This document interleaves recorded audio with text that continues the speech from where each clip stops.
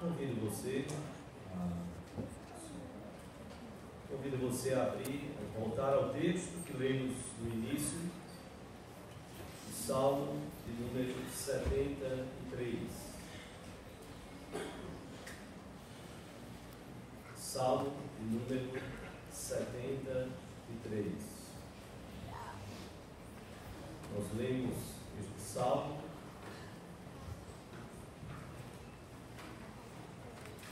logo no início do culto. Salmo de número 73. Convido você a ficar de pé, se você puder.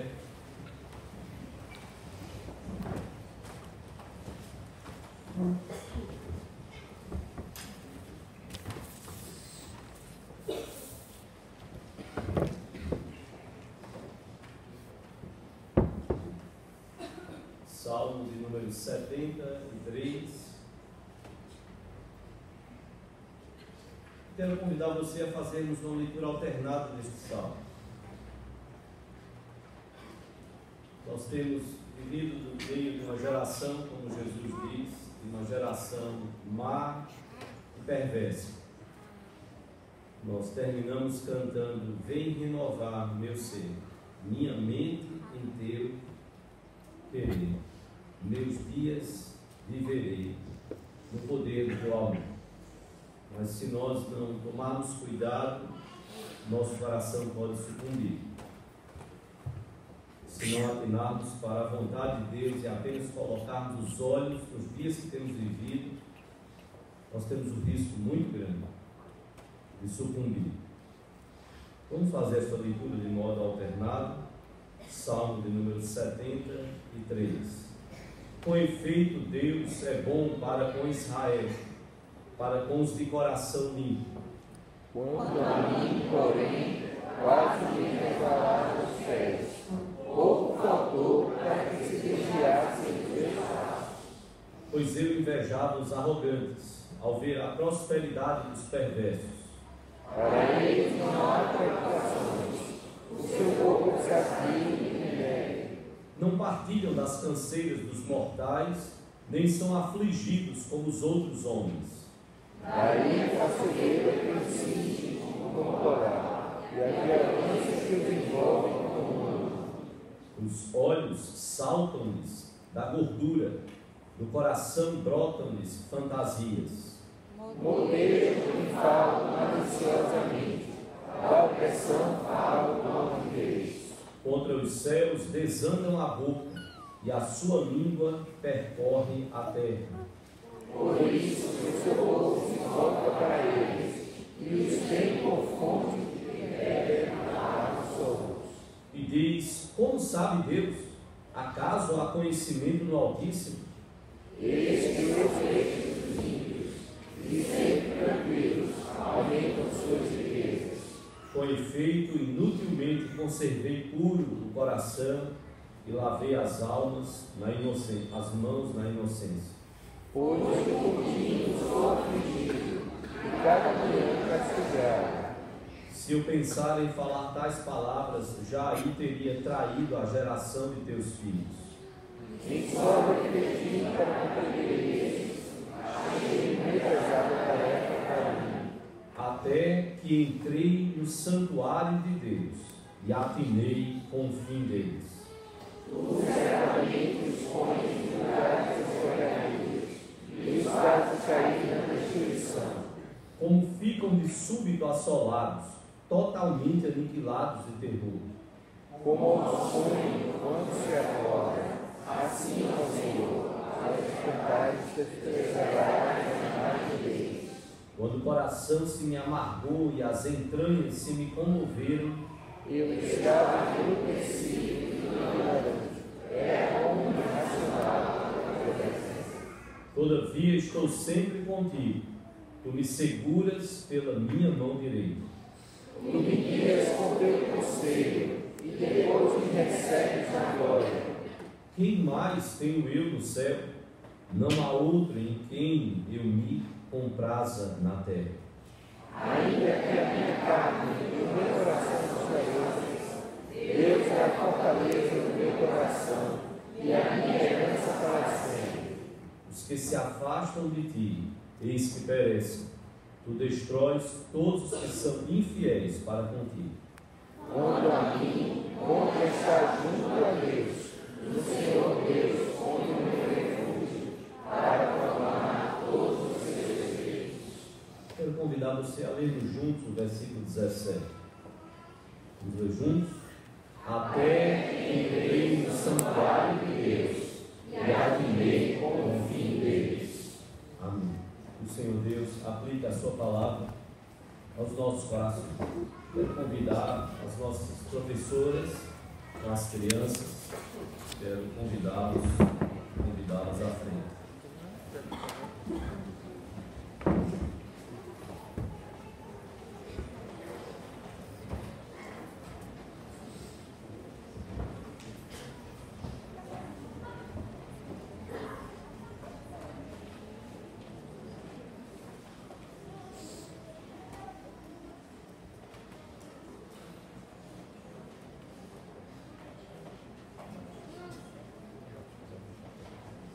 Normal.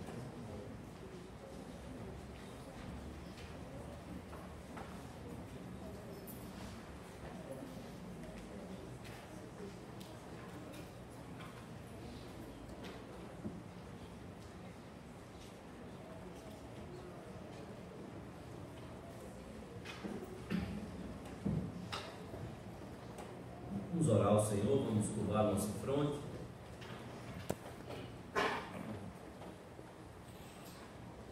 Pai Santo, nós te agradecemos, ó Deus, por tua palavra. Nós te louvamos porque ela dirige o nosso coração. Te louvamos porque ela enche o nosso coração de esperança. Que nós não estamos largados, mas estamos debaixo do teu olhar poderoso e amoroso. Ó Deus, trata do nosso coração. Tem misericórdia da nossa vida para não nos perdermos e não trilharmos caminhos errados, como os ímpios assim o fazem, que não te conhecem, não te temem, não te amam.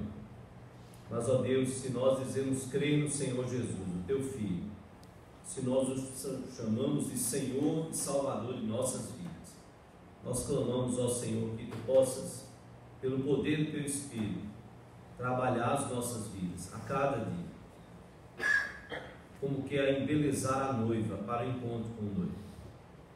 Que a cada dia nós possamos ser melhores como igreja, mais belos que o dia de ontem. Ó Deus, trabalha nas nossas vidas, abençoa os nossos pequeninos, fala ao coração deles também, Senhor. Que a tua palavra possa ser guardada nos seus corações, que eles possam crescer temendo e amando ao Senhor Jesus. Abençoa a cada um de nós, ao teu povo, cada família, cada vida. Nós clamamos estas bênçãos neste país que vivemos. Nós o fazemos, ó Pai, clamando por tua graça e misericórdia, no nome do nosso Senhor e Salvador Jesus Cristo, para a glória dele. Amém.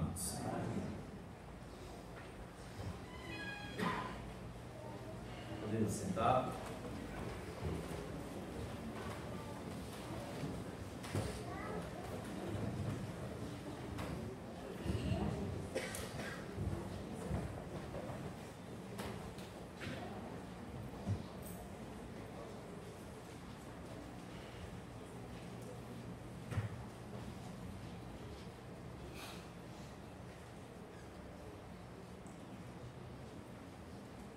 Terminou o horário político. Talvez você, quem sabe, esteja perdendo um grande momento de diversão e descontração. Quem sabe perdendo um grande momento de discernimento, de capacidade crítica, de poder olhar, analisar, pensar, de se questionar quem de fato são os bobos, os palhaços, onde o circo está armado, quem são os seus personagens principais.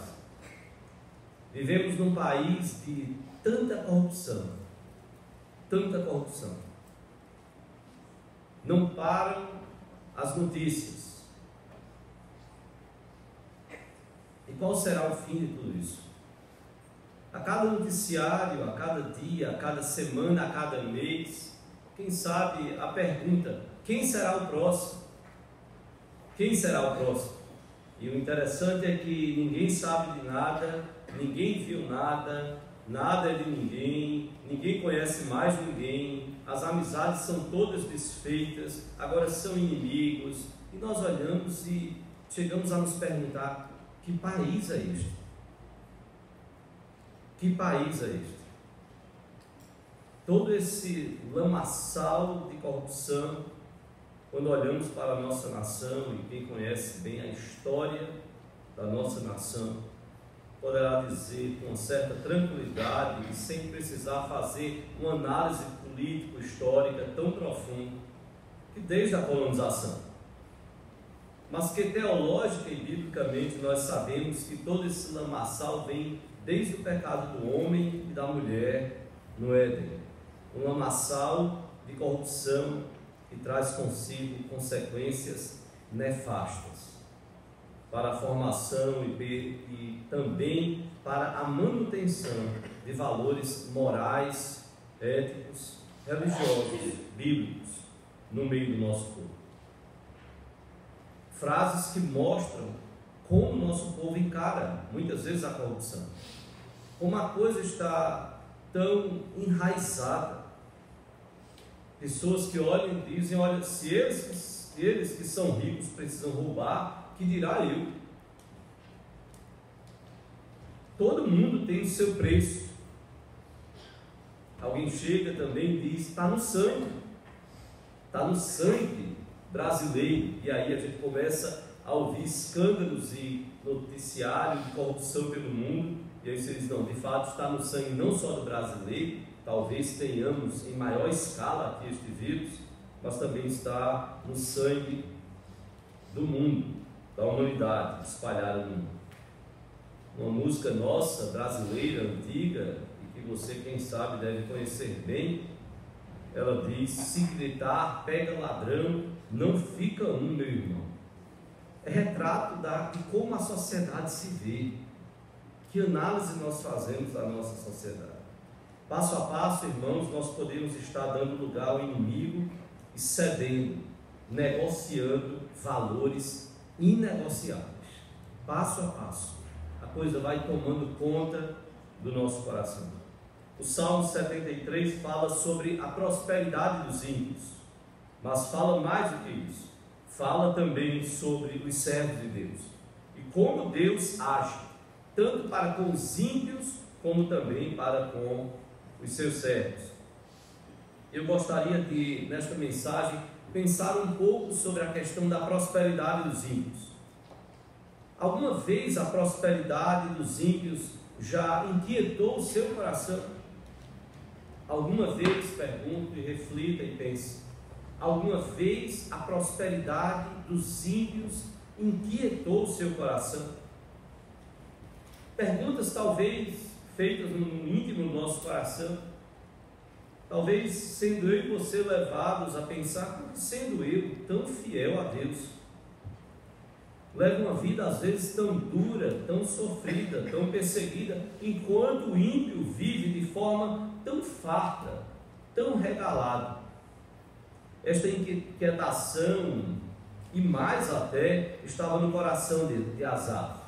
Asaf compôs este Salmo 73. Asaf é citado lá em 1 Crônicas, capítulo 16, e você pode depois ler sobre ele.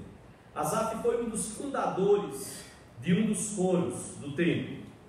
Asaf compôs pelo menos 12 salmos, o Salmo de número 50 e os salmos que estão aí, do Salmo 73 a 83. Asaf tinha uma larga experiência na adoração e na ministração do louvor.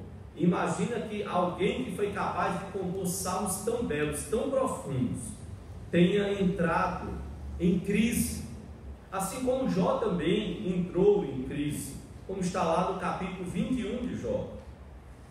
Como pode pessoas tão ímpias viverem tão bem, tão bem? E é interessante, nós precisamos notar, irmãos, que Asaf começa com uma certeza. Não é porque Asaf não entra em crise, não é porque ele não conhecesse a Deus, não.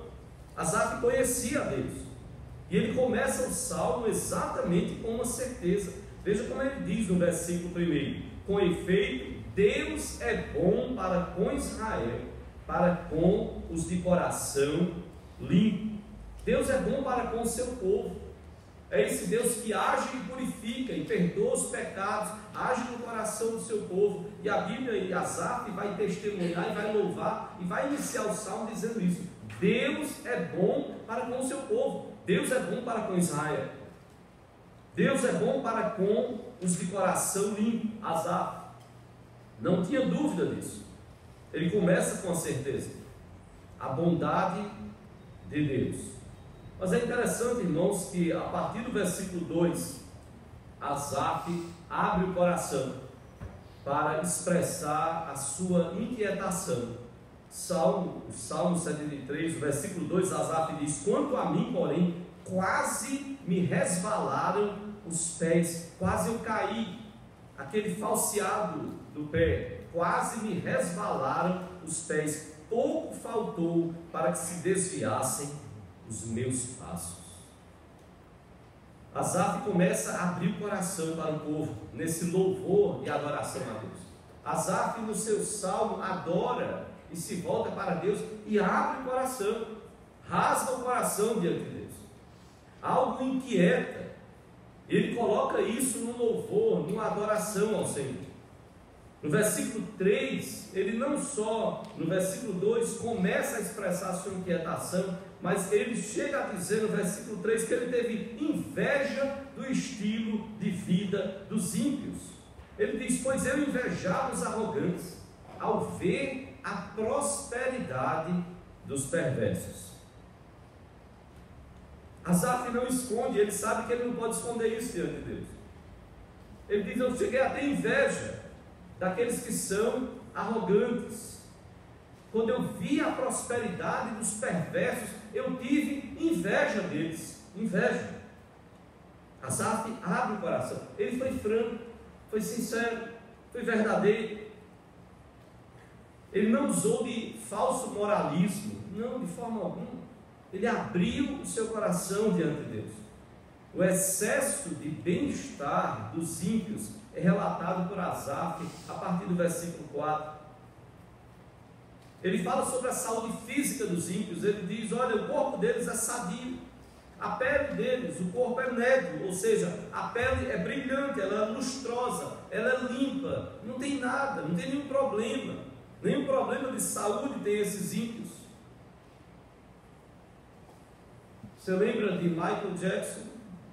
Chegou até a trocar a cor da pele, de tanta cirurgia, de preta a branca, e depois tantas acusações de pedofilia. Asaf chega e diz: olha, a saúde física deles é perfeita, o corpo aos nossos olhos, o corpo é perfeito, é sadio, não tem nada.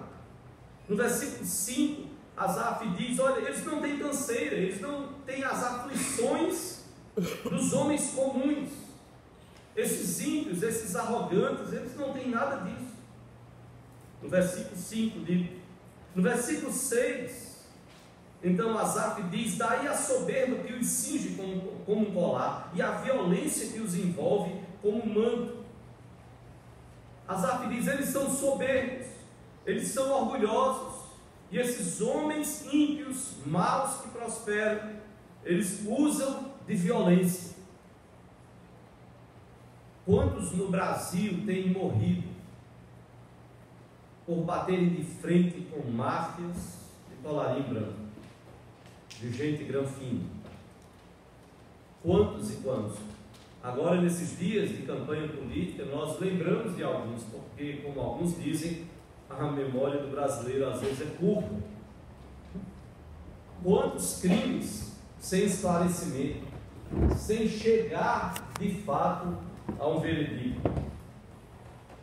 A missionária Dorothy, americana, que morreu no Pará, defendendo pessoas pobres, carentes de terra, lutando pela terra e sendo expulsos de onde moravam, pela ânsia ansiedade, pela ganância de homens cujos olhos, Asaf chega a dizer, os olhos e o coração são dados às fantasias. Os olhos saltam-lhes da gordura, do coração brotam-lhes fantasias. Asaf continua descrevendo estes homens tremendamente ímpios. E de tantas fantasias, tempos atrás, anos atrás, talvez você lembre de uma mulher que contratava garotas de programa para políticos, e ela foi chamada de promotora de eventos, desmerecendo tantas promotoras de eventos sérias, comprometidas nesta nação, que dão duro, de forma ética, honesta, sincera, laboriosa. Não, uma mulher que contratava garotas de programas. Os versículos 8 e 9, Asaf diz: motejam e falam maliciosamente da opressão, falam com altivez, contra os céus desandam a boca e a sua língua percorre a terra. Asaf diz, ao dizer, motejam, está dizendo, esses homens ímpios, eles motejam, eles zombam, eles escarnecem dos céus, de Deus. Anos e anos atrás, a nossa memória tão curta talvez nos faça esquecer, mas lembra de um chamado, um dos anões do orçamento. Há anos atrás afirmou que Deus o havia ajudado e ele havia ganhado várias vezes.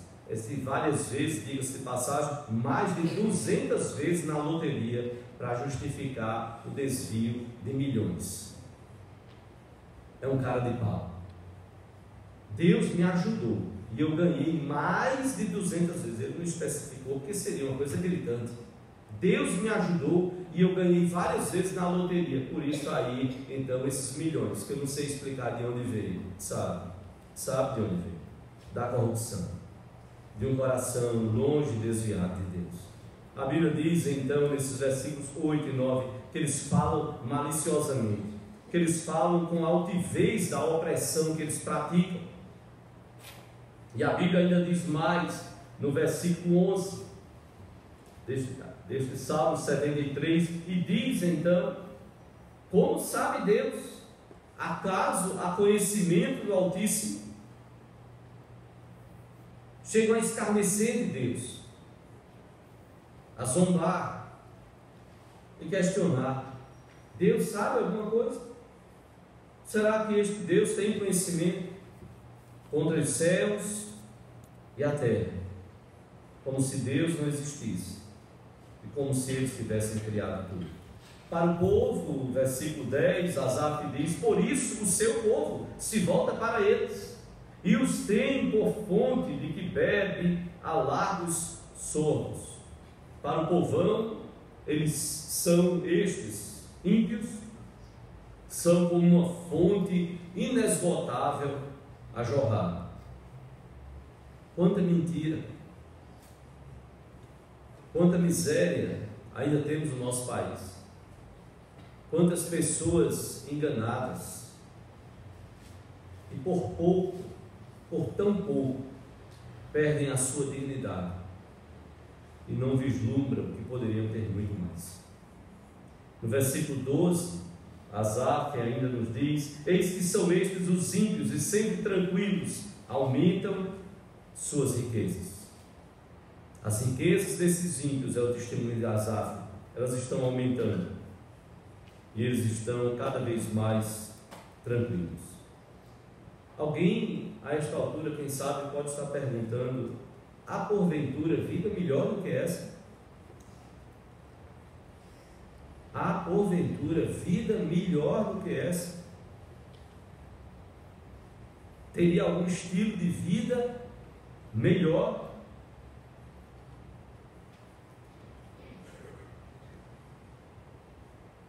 Nós conhecemos como família um casal de um estado aqui do norte do nosso país. Ele chegou a ser presidente da Assembleia Legislativa. conheceu os nossos pais. Eu lembro que certa vez eu cheguei a fazer uma menção sobre uma situação entre a esposa deste homem, uma mulher crente, e só a Deus cabe julgar de fato. Alguém poderia dizer: puxa, será que era crente mesmo? Bom, não sei. Ela se dizia crente, eu não estou duvidando disso. Estou apresentando como me foi apresentado. Ele não. Ele era político, muito grande do seu estado, e conheceu os nossos pais. E eu lembro que papai, certa vez, ele ligou e disse: fulano de tal quer reunir todos os filhos. Já determinou escolher um restaurante na cidade do Recife, caro, muito caro. Reuniu os filhos e disse que quer que eu leve os filhos, com nora, com genro, tudo, quer a nossa família lá. Ok, organizamos a agenda, era um presente dele para a família, e nós os conhecemos. Em primeiro lugar, eu orientei Dâmaris, os pais há alguns anos, ainda solteira, e eu disse: filha, a gente vai dividir pratos, a gente vai, naturalmente, como a gente sempre faz, a gente vai economizar. E então a primeira mensagem, meu pai olhou para mim e disse: olha, o prato é individual. E eu tinha olhado e disse: pai, tem prato aqui, tem os pratos para 2 pessoas. Ele mandou que seja individual. Eu disse: eu não como. Eu gosto de comer muito, mas tem diminuído com o passar dos anos. Eu disse: eu não vou conseguir comer, isso não tem para onde. Eu vou pedir um prato para mim e só lanche. Nós vamos dividir um prato. Eu não vou pedir prato individual, o prato é para 2 pessoas. Ok, tudo bem. E então chegou lá para a mesa da turma mais jovem, chegou filé com fritas. Meu irmão, pense numa travessa e com tranquilidade comeriam 4 pessoas, com tranquilidade. A filha deles pegou a travessa e disse: opa, eu amo filé com fritas, e puxou a travessa para ela. A travessa ficou ali para ela. E vocês podem pedir o que vocês quiserem. Ela já puxou a travessa de filé com fritas para ela. Eu digo: meu Deus. No carro alguém disse: cuidado, se for no seu carro vai quebrar o amortecedor. A senhora, a mãe das meninas, das jovens, meninas não, das jovens, saiu com minha mãe para dar uma volta no shopping e disse: gostei deste vestido. Na época, isso há mais de 5 anos, minha mãe discretamente olhou para ela e, pela amizade e intimidade que tinha, disse: fulano, veja bem, não me leve a mal, mas ele não cabe em você. E ela fez: não tem problema, quando eu emagrecer eu uso. R$4.000 o vestido, para quando emagrecer usar. E não é um emagrecimento de dar uma carreirinha e perder meio quilo e o vestido caber. Irmãos, eu fiquei horrorizado com tudo, algumas coisas que eu vi e depois as histórias que eu ouvi. Os anos se passaram de muita fartura, de muita e muita fartura mesmo, de ter o que é chamado no norte de navio, barcos enormes, ar-condicionado em tudo que é área, barco próprio, e um monte de outras coisas. E foi perdendo tudo isso,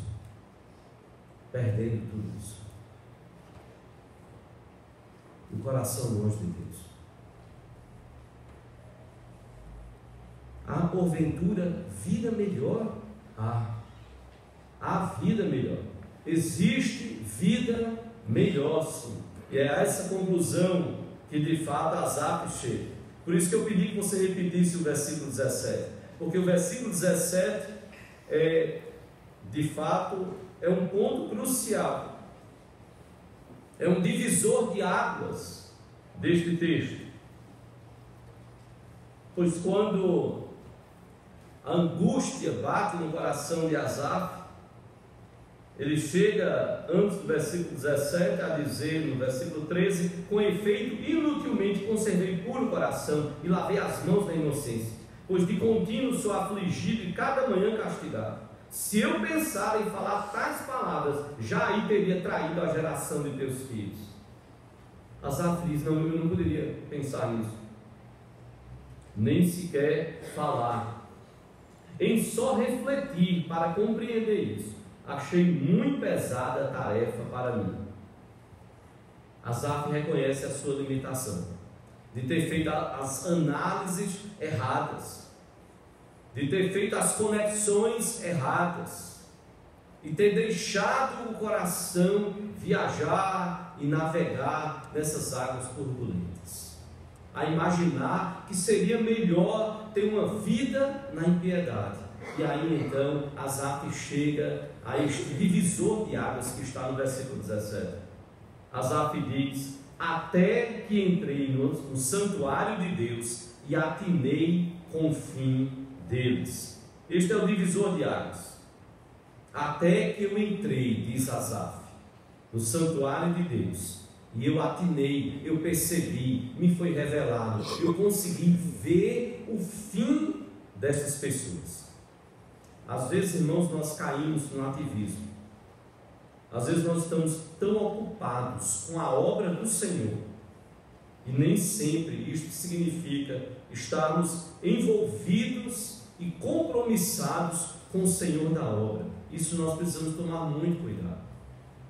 Pastores precisam tomar cuidado com isso, presbíteros, diáconos, líderes de ministérios, de grupos de oração nos lares, de pequenos grupos. Às vezes estamos no ativismo, um corre-corre tão grande, com tantas coisas, tanta tarefa, tanta coisa para fazer, que nós nos vemos envolvidos com a obra do Senhor, mas nem sempre em intimidade com o Senhor da obra. Nós precisamos investir tempo em oração, em leitura da Bíblia, em aplicação dessa palavra aos nossos corações. Nós precisamos refletir, reflexão do que, porquê e para que e como nós estamos fazendo as coisas, ou participando de alguma coisa. Há muitos e muitos anos, quando a Assembleia de Deus chegou, principalmente em Belém do Pará, as gringas, as estrangeiras, começaram a usar um cocó no cabelo. Elas de cabelos enormes faziam cocó. E aí então as brasileiras, agora se convertidas ao evangelho, diziam: bom, ser crente então é assim, é cocó. Então vamos fazer um cocó, e tudo que é crente de cocó. Cocó, cocó, cocó. Elas são missionárias, então elas usam cocó, vamos usar cocó também. Elas são o nosso modelo. Mas não pararam para perguntar, por que o cocó? É alguma questão espiritual para usar o cabelo preso dessa forma? Não. Imagina as estrangeiras europeias, suecas, grande parte delas, chegando aqui num país e numa região tão quente. Então, cocó, aliviar um pouco. Tinha nada de espiritual, nada. Quantas vezes nós precisamos parar e pensar o que nós estamos fazendo, como estamos fazendo, por que estamos fazendo?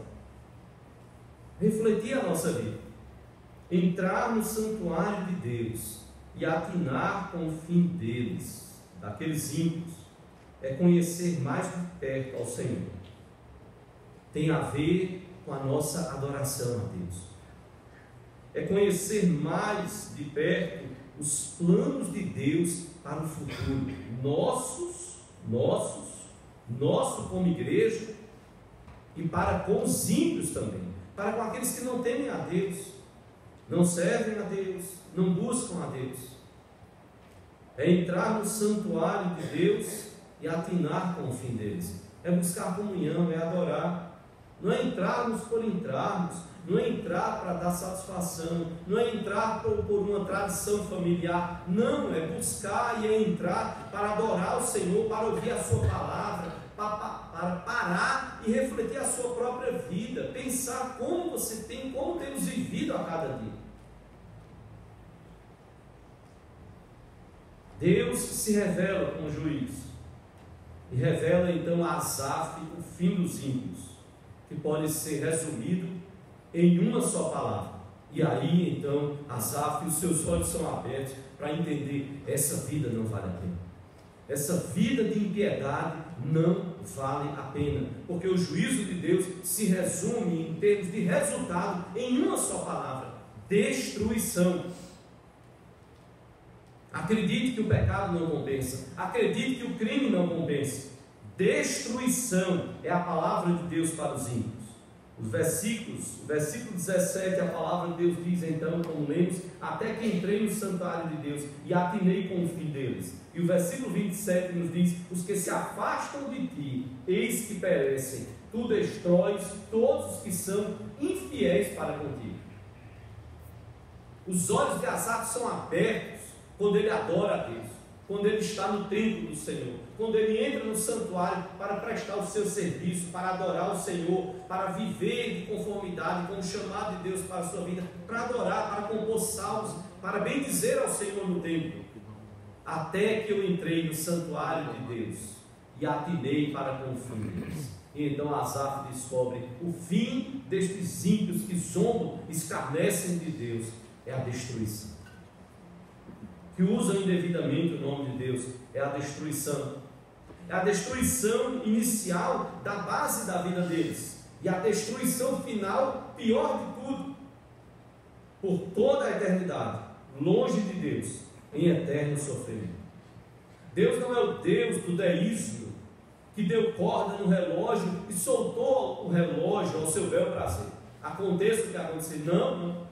Deus tem as rédeas deste mundo nas suas mãos, e é isso que a palavra de Deus fala, e é isso que cremos pelo que a palavra de Deus nos ensina.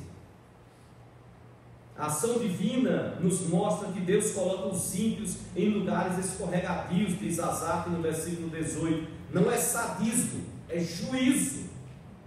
Deus os faz cair, Deus os coloca em lugares escorregadios, para que eles não escapem. São homens com malas de dinheiro correndo para um lado e para o outro. São apartamentos que foram usados durante tempos para guardar milhões e milhões, milhares, sim, mas que terminam sendo descobertos. Ainda que aparentemente possam até escapar de algum juízo e tribunal humano, não escaparão do tribunal divino. No versículo 19, Asaf diz que eles, os ímpios, antes estavam tranquilos. Antes ele falava que eles estavam tranquilos. Agora diz como ficam de súbito assolados, totalmente aniquilados de terror. Eles estão assolados, aflitos, arruinados. O terror toma conta do coração deles. Não tem mais paz. Olham ao redor e então percebem que a sua paz era fictícia, enganosa. Olha ao redor, não conseguem mais confiar em ninguém, não conseguem confiar na esposa, não conseguem confiar nos filhos, ninguém mais, nenhum grande amigo agora. É dúvida o tempo todo, é terror o tempo todo. Não há paz, não há paz. E como a Bíblia diz em Hebreus 10:31, horrível coisa é cair nas mãos do Deus vivo. Horrível coisa. Por isso Pedro nos alerta de que o juízo começa na casa de Deus, na igreja.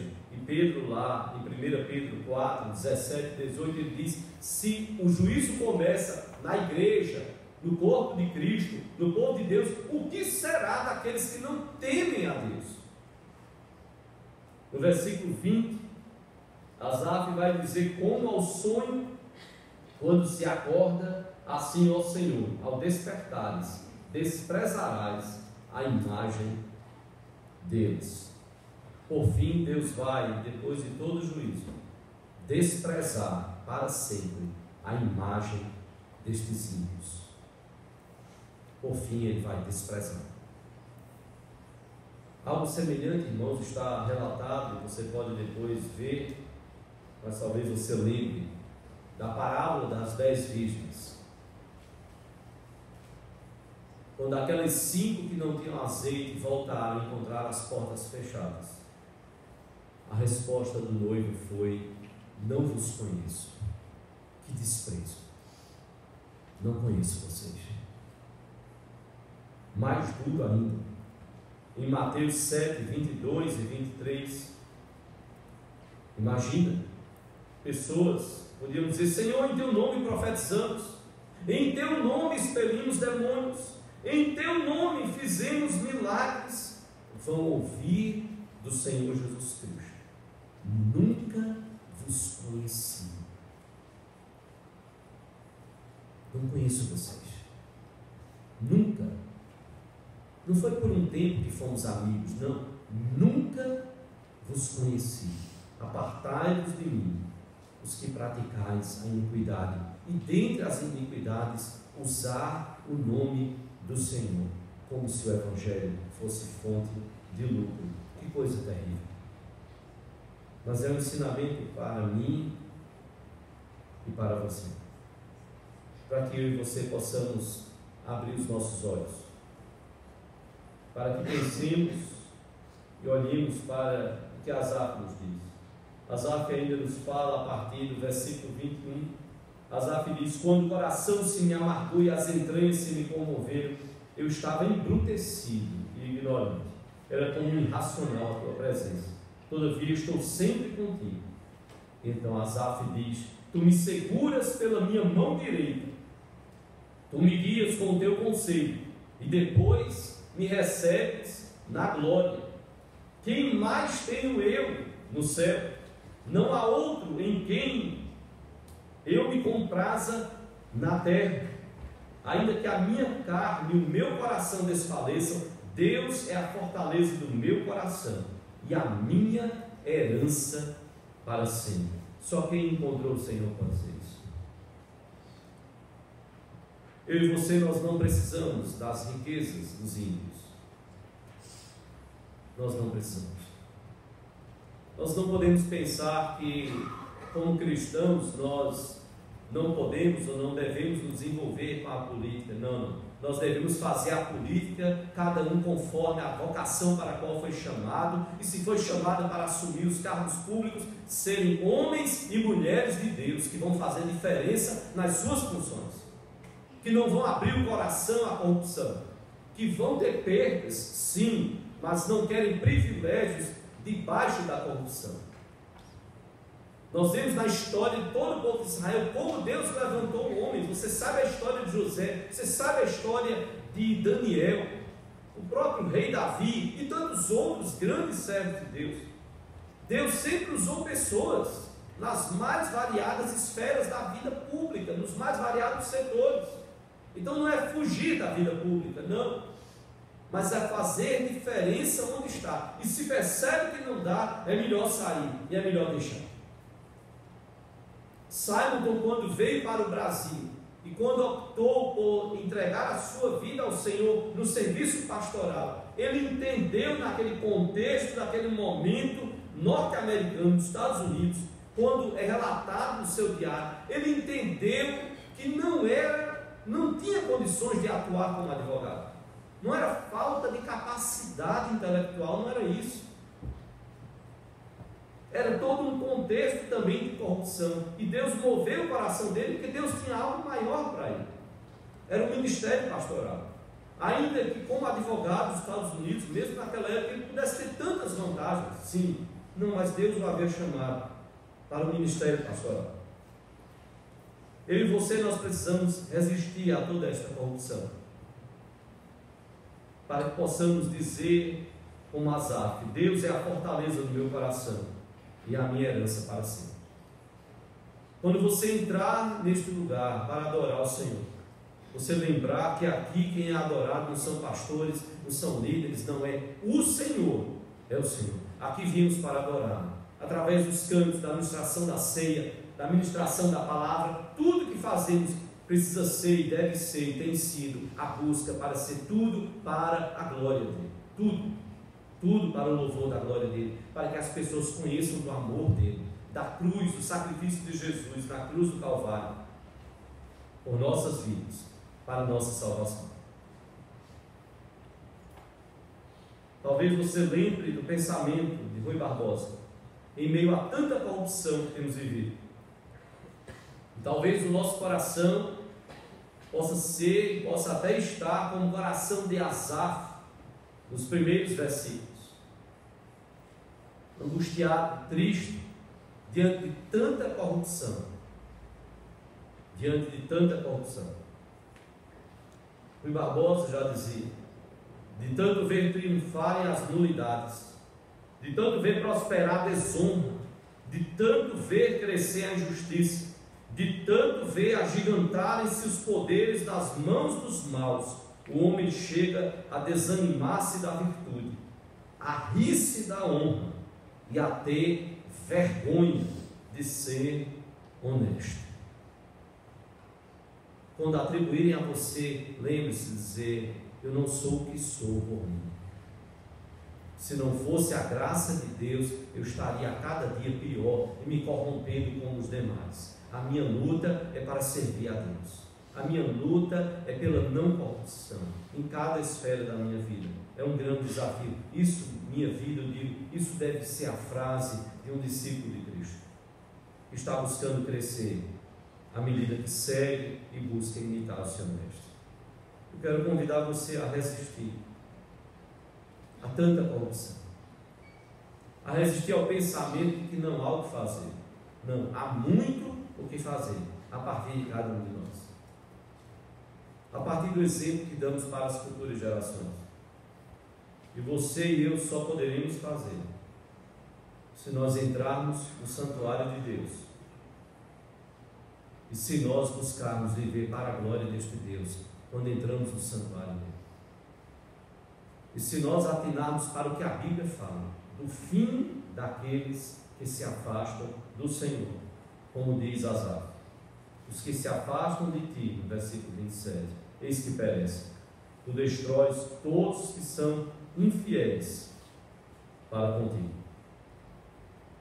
Quem sabe talvez você já entregou a sua vida ao Senhor Jesus Cristo.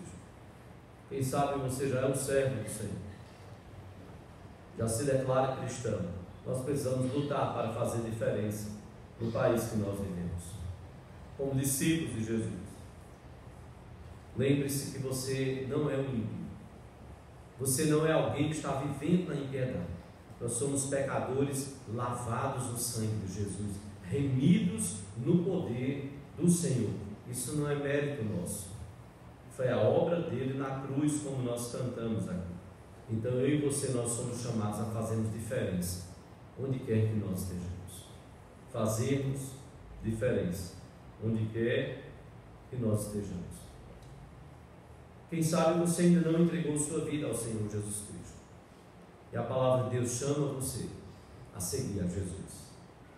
A palavra de Deus chama você a reconhecer que você precisa de um Salvador, do Salvador, o Senhor Jesus Cristo.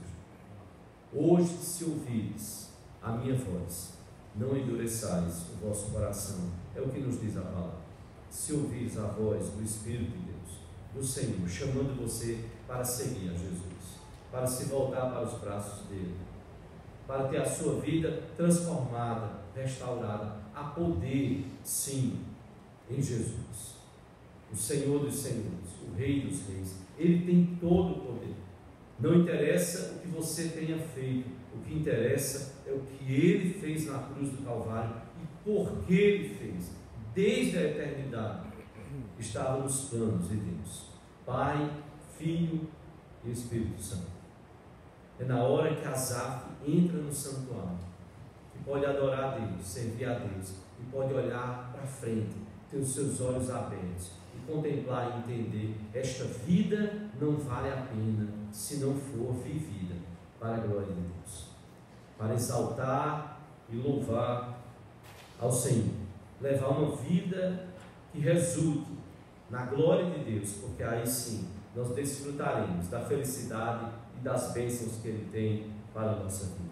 Por isso que Asaf termina dizendo: quanto a mim, bom é estar junto a Deus. No Senhor Deus ponho o meu refúgio para proclamar todos os seus feitos. Eu quero terminar dizendo que as eleições, naturalmente, elas terminaram pelo menos o primeiro turno às 17 horas. O que virá, Deus sabe. Nossa memória às vezes esquece facilmente. Defesas que fizemos, verdades que proclamamos, se perdem muitas vezes com o tempo.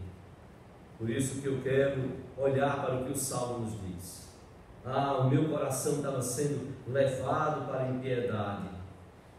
Foi o que Asaf proclamou. Eu cheguei a invejar, assim, Asaf proclamou os ímpios, até que eu entrei no santuário de Deus e atinei para com o fim deles. É na hora que nos voltamos para Deus que determinadas verdades precisam ficar para sempre nos nossos corações, porque elas não são verdades de nenhum candidato. E ao dizer desta forma, não estou me posicionando nem a favor nem contra, estou proclamando e dizendo: não são verdades de nenhum candidato, são verdades eternas da palavra de Deus. Por isso que eu terminei hoje, pela manhã, depois de todos os avisos, eu terminei lembrando a igreja, só que uma pequena, mas muito significativa, no meu modo de entender, que a palavra de Deus nos fala, uma pequena, mas profunda, com uma profunda significação, em uma mudança tão pequena. E poder dizer o Evangelho acima de tudo, e Deus acima de todos. Isso não é verdade de nenhum partido, isso não é verdade de nenhum candidato, isso é verdade do que a palavra de Deus nos fala.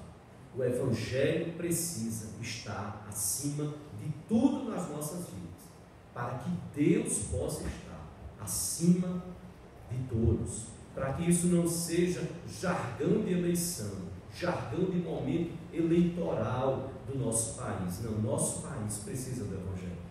O nosso país precisa de Deus, para como o Salmo 33:12 diz: feliz é a nação cujo Deus é o Senhor. Quando o Evangelho estiver acima de tudo, dia após dia nas nossas vidas, isso vai fazer diferença no nosso país, para que o país contemple que é o Evangelho, as boas novas de Jesus, que transformam o coração do homem, e aí possa entender que por isso Deus, e é o Deus da Bíblia, porque tem muitos deuses por aí, chamados de deuses, para que o Deus da Bíblia possa estar verdadeiramente, como esteve no coração de Asaf, acima de todos, inclusive dos ímpios, que blasfemam, zombam, escarnecem do seu nome. Que o Senhor Deus, pois, nos abençoe.